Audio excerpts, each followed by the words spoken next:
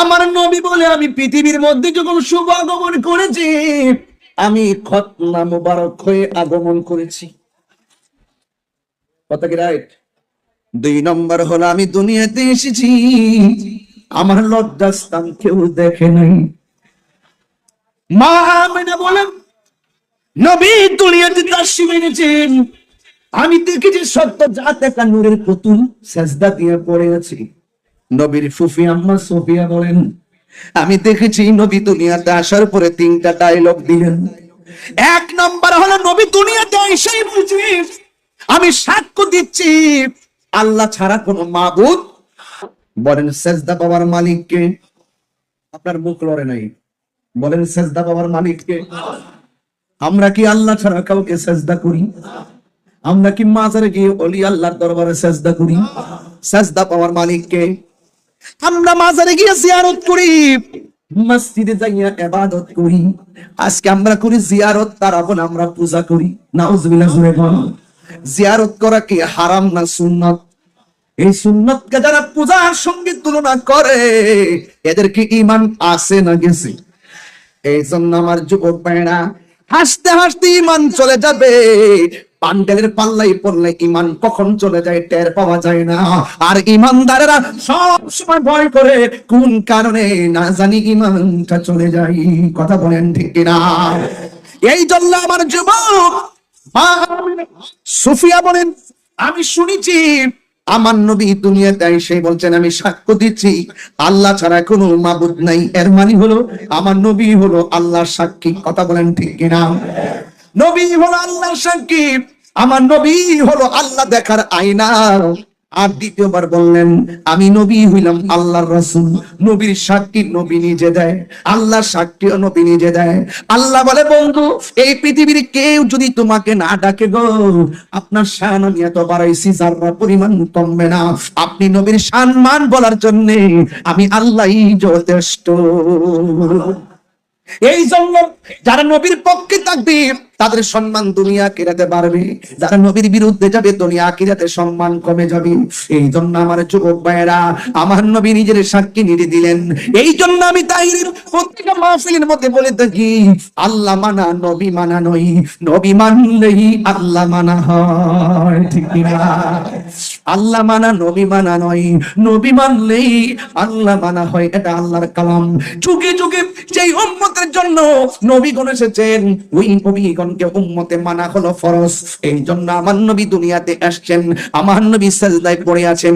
বন্ধুরি ও যুবকের দল, ওই যখন নবী দুনিয়ার মধ্যে আসছেন, গত পরশু দিন হাদিসটা দেখলাম গজলে গজলে বললা যায়। হাদিস বললা অর্থ কে আবার গজল গাইলে সময় 3 বার লাগবে, একই কথা 3 বার পুনরাবৃত্তি করা যাবে না। মা আমেনা বলেন সেদিন 3টি পতাকা পূর্ব পশ্চিম কাবার ছাদে দিয়েছিল দেখা। সুবহানাল্লাহ কয় না রে? নবী যখন আসছে মা আমেনা বললেন সেদিন 3টি পতাকা পূর্ব পশ্চিম কাবার ছাদে দিয়েছিল দেখা। ওরে আসলেন নবী পোশাকে পরা, আসলেন নবী পোশাকে পরা, সুরমালা গাহা দু নয়ন, উল্লাসে মাতিয়া ওঠে পেয়ে নবীর দু চরণ, উল্লাসে মাতিয়া ওঠে পেয়ে নবীর দু চরণ। নারায়ে তাকবীর। 2 হাত তুলে আমার হুজুর একটা সম্ভাষণ দেন না এমনি এইভাবে, হুজুর একটা শুভেচ্ছা দেন ইনশাআল্লাহ। 2 হাত শুধু 2 হাত নারায়ে তাকবীর বারে নারায়ে রিসালাত। ভাইয়া হাত নামান, হাত নামান। একটু মোবাইল হাতে লইয়া লাইটটা জ্বালা একটা নূর বানিয়ে দেন না, একটু আলো জ্বালাইয়া দেন না, ইনশাআল্লাহ দেখবেন নূর নবী এসেছে আর আমাদের রঙে রঙে দেখবেন মিলে গেছে। কথা ঠিক না বেঠে? একটু মহব্বত দিয়ে উড়াই দেন, মহব্বত দিয়ে দেন। নারায়ে তাকবীর আরে নারায়ে রিসালাত।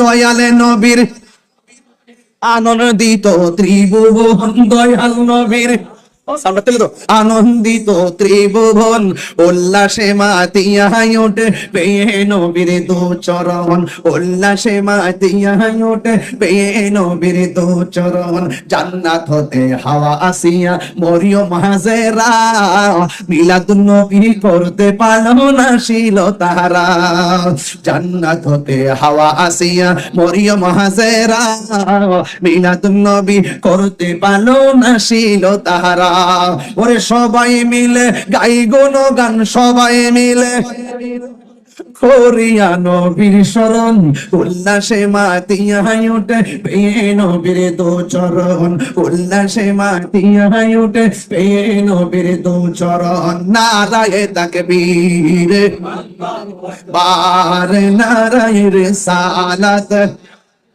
লা দয়াল নবীর আগমনে ত্রিভুবন দয়াল নবীর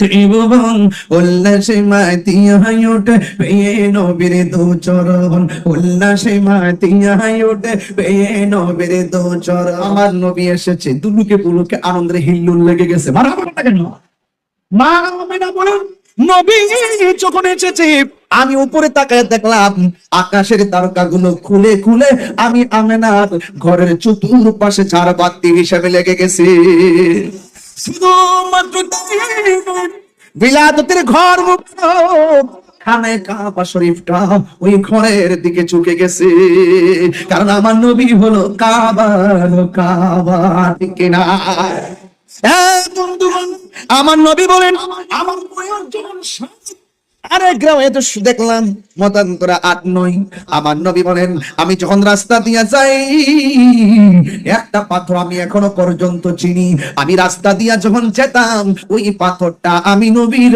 সালাম দিত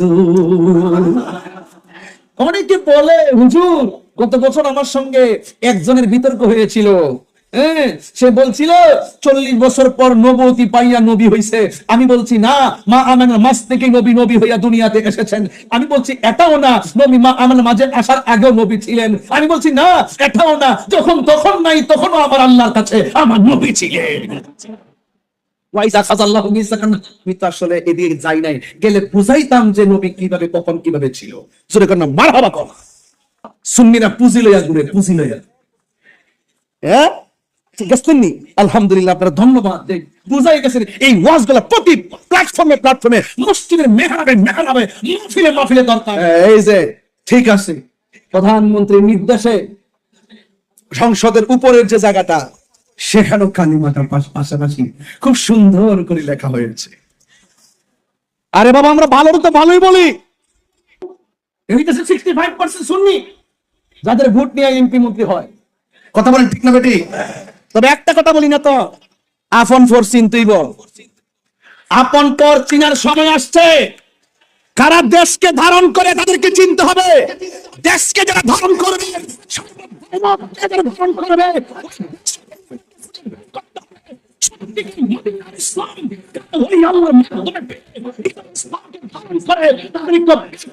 কথা বলেন দেশদ্রোহী এবং ধর্মদ্রোহী দুইটাই আমাদের শত্রু আমার কথা কি রাগ করলেন এটা তো কথা তোমরা কইলে ছেড়ে দিবেন আপনারা এটা আরে আমি বলি সিরি আমার তো এখন সাবধানে কথা বলতে হয় কোন সময় কোন কথা মুখ দিয়ে বেরিয়েছে আবার কাইটটা নিয়ে সাইরা আমারে বাঁশ দে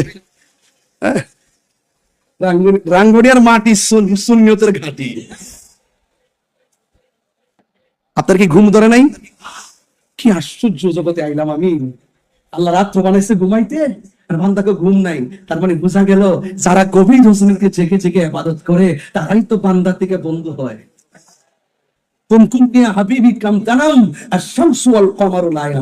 উঠো উঠো বন্ধু আর কত ঘুমাবে চাঁদ সূর্য ঘুমায় না তুমি তো চাঁদের চেয়ে আরো দামি আমার নবী সবচেয়ে আউলা ওয়া আলা জোরে সুবহানাল্লাহ আমার নবী প্রথম আমার নবী সবার উপরে এতে কোনো সন্দেহ আমার নবী সব নবীদের কথা কয় না সব নবীদের আমরা যেভাবে দুনিয়াতে এসেছি নবী কি এইভাবে আসছে এই নবী না আমাদের মতো আল্লাহর হাবিব বলেন আইয়ুকুম মিসলি, কে আছো আমার মতো? আর বাংলাদেশের রোহিঙ্গা মৌলবী কয় নবী নাকি লিখতে জানতো না, পড়তে জানতো না। বলে কি ওরা, বলে কি? ওদের নাকে প্লাস দিয়ে ধরে এটা মূর্ছা দেওয়ার দরকার, যেন খাবারের গ্রান নিয়ে মরতে না পারে।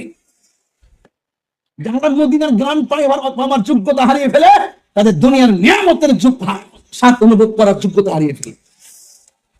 বান্ডেল দিলে শেষ, বান্ডেল দিলে শেষ হয়ে যায়। আমরা সুন্নিরা টাকার কাছে বিক্রি হয়। যারা বলে নবী নাকি মূর্খ ছিল, লিখতে জানতো না, নাউজুবিল্লাহ, কালকে কম 3 বার কোন নাউজুবিল্লাহ। আর মনে মনে খেয়াল করেন হাতে একটা জুতা মারছি তার গাল। আরে আমার আপনি যাই কোন লাভ নাই, নবী জেরে বকা দিবেন, আপনারা সেনার টাইম আমার নাই। আমি কি বাড়ির থেকে 10-20 জন লইছি এখানে? এত হিম্মত করতে রাখি?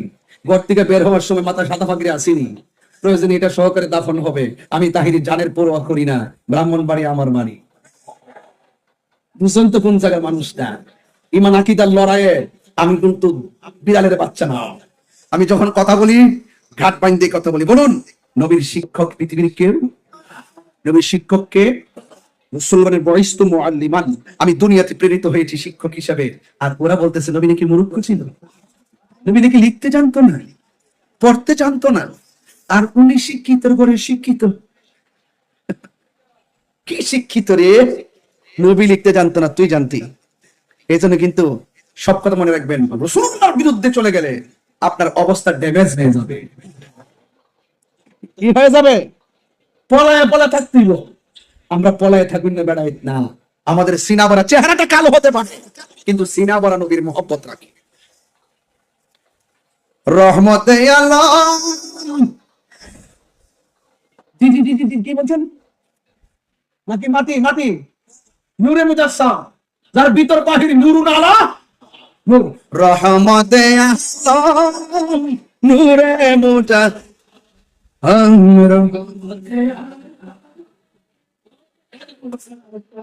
আহা সাহাবীরা আতর বানাই ওই নবীজির ঘাম বলো না।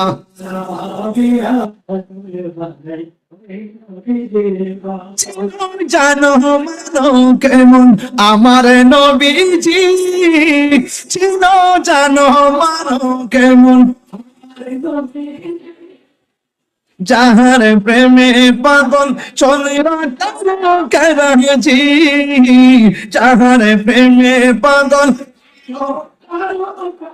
জি। তোমরা আরো শুনবা সুন্দর কাহিনী,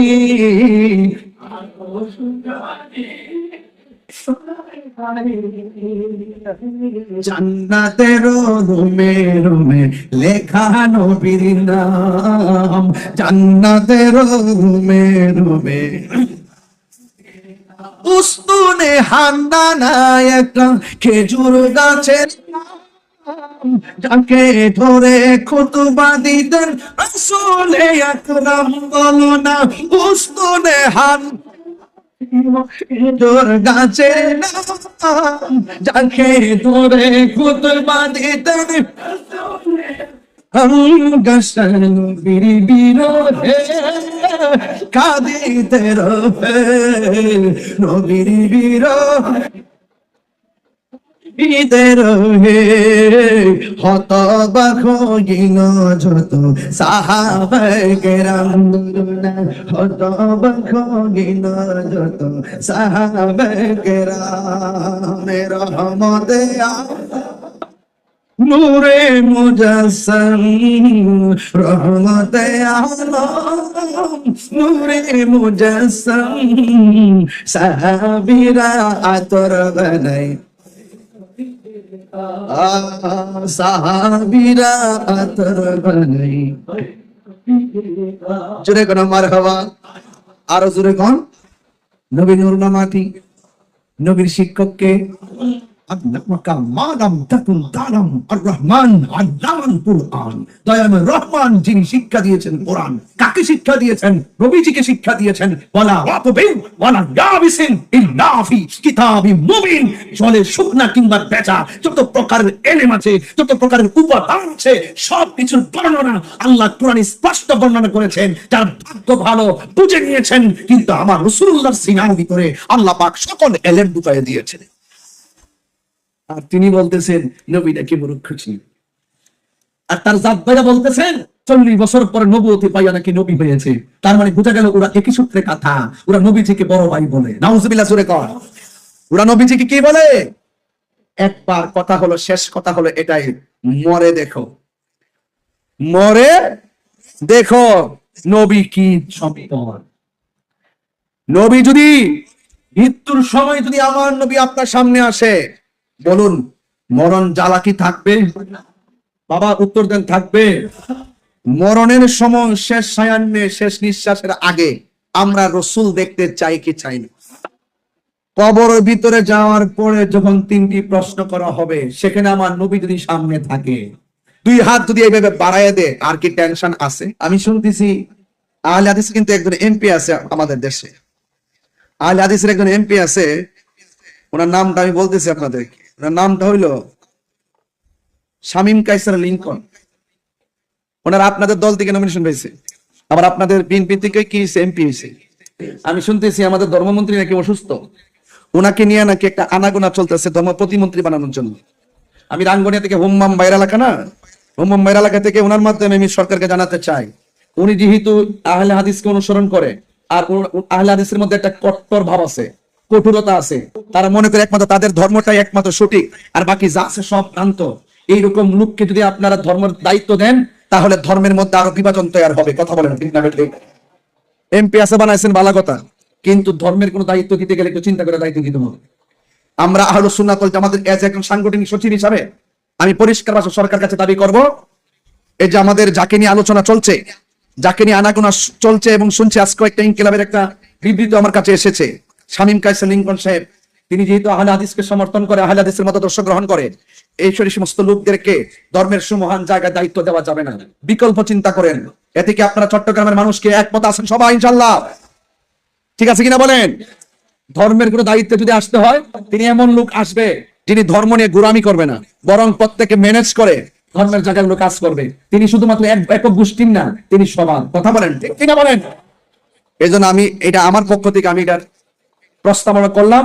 আশা করি যদি সেই লিংকন সাহেবকে ধর্ম প্রতিমন্ত্রী বানানো হয়, সরকারের সেটা আত্মঘাতী সিদ্ধান্ত হবে। কি সিদ্ধান্ত হবে? আত্মঘাতী সিদ্ধান্ত হবে। আশা করি আমার সাথে কওমি ভাইরাও একমত হবে না, কারণ কওমিদের সাথে আমাদের মাযহাবের কোনো সমস্যা নেই। কথা বলেন ঠিক না ঠিক?